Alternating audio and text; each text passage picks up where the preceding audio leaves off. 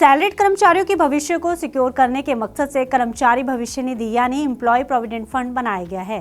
ये फंड आपके रिटायरमेंट के लिए एक बड़ी पूंजी तैयार करने का काम करता है। नौकरी के दौरान कर्मचारी की सैलरी का 12% हिस्सा कर्मचारी भविष्य निधि में जमा किया जाता है। इतना ही हिस्सा एम्प्लॉयर भी कर्मचारी के पीएफ अकाउंट में जमा करता है। ये किसी भी कर्मचारी के लिए पैसा जोड़ने के लिए एक बढ़िया निवेश है। आप चाहें तो इसमें अपने 12% हिस्से को बढ़ा भी सकते हैं, जिससे आपका निवेश भी बढ़ेगा और आप इस पर मिलने वाले ब्याज का भी लाभ उठा सकेंगे। इस फंड पर मौजूदा समय में 8.25% ब्याज मिल रहा है, जिसे सरकार हर साल रिव्यू करती है। पीएफ को आप बड़ा रिटायरमेंट फंड तैयार करने के लिए इस्तेमाल कर सकते हैं, ताकि आपको रिटायरमेंट के बाद पैसों की कोई कमी ना हो। इसके लिए आप इसमें अपनी निवेश की रकम को बढ़ा सकते हैं। हालांकि ऐसा करने से एम्प्लॉयर का हिस्सा नहीं बढ़ेगा, उसकी तरफ से आपकी सैलरी का 12% हिस्सा ही जमा किया जाएगा, चाहे आप खुद कितना भी पैसा क्यों ना जमा करें।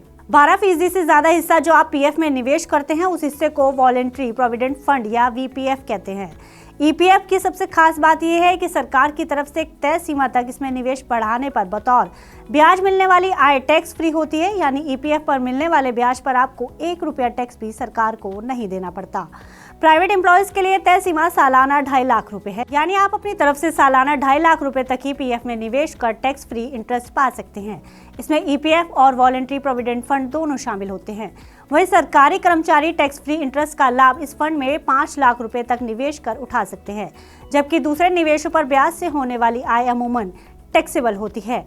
आप इस सीमा से ज्यादा भी निवेश कर सकते हैं, लेकिन अतिरिक्त निवेश का ब्याज टैक्सेबल होता है। अब बात करते हैं कि किन तरीकों से आप अपने ईपीएफ में निवेश बढ़ा सकते हैं। इसके लिए सबसे पहले अपनी सभी देनदारियों, जरूरी खर्चों और अन्य निवेश के बाद बचे फंड को वीपीएफ में ट्रांसफर करने की योजना बनानी चाहिए। ऐसा करने के कई फायदे हैं। वीपीएफ में निवेश के लिए नियोक्ता को योगदान करने की जरूरत नहीं होती, जैसा कि ईपीएफ में होता है। इसमें आप अपनी स्वेच्छा से अपना योगदान बढ़ा सकते हैं। वीपीएफ पर भी आपको उतना ही ब्याज मिलता है जितना ईपीएफ पर मिलता है, जो कि मौजूदा समय में 8.25% है।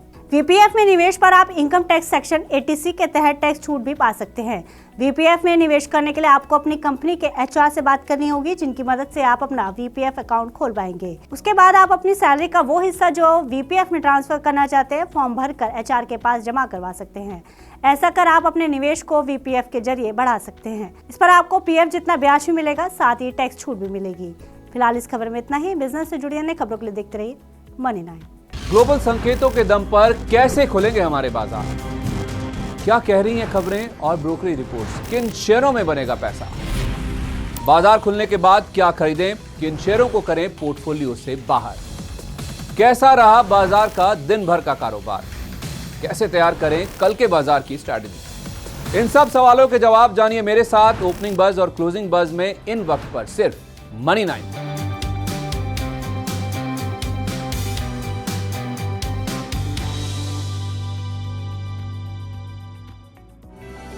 इस सिप से तो नींद टूटती है, लेकिन केवल जागना नहीं, आगे भी तो बढ़ना है। उसके लिए चाहिए एक और सिप। हर महीने छोटी छोटी रकम के इंस्टॉलमेंट यानी सिस्टमैटिक इन्वेस्टमेंट प्लान से शुरू कीजिए निवेश। लेकिन पैसे बढ़ाने वाली कौन सी सिप आपके लिए रहेगी अच्छी? म्यूचुअल फंड सिप से जुड़े हर सवाल का जवाब मेरी सिप मेरा सवाल। सोमवार से शुक्रवार 4 बजे मिलेंगे हम सिर्फ मनी 9 पर।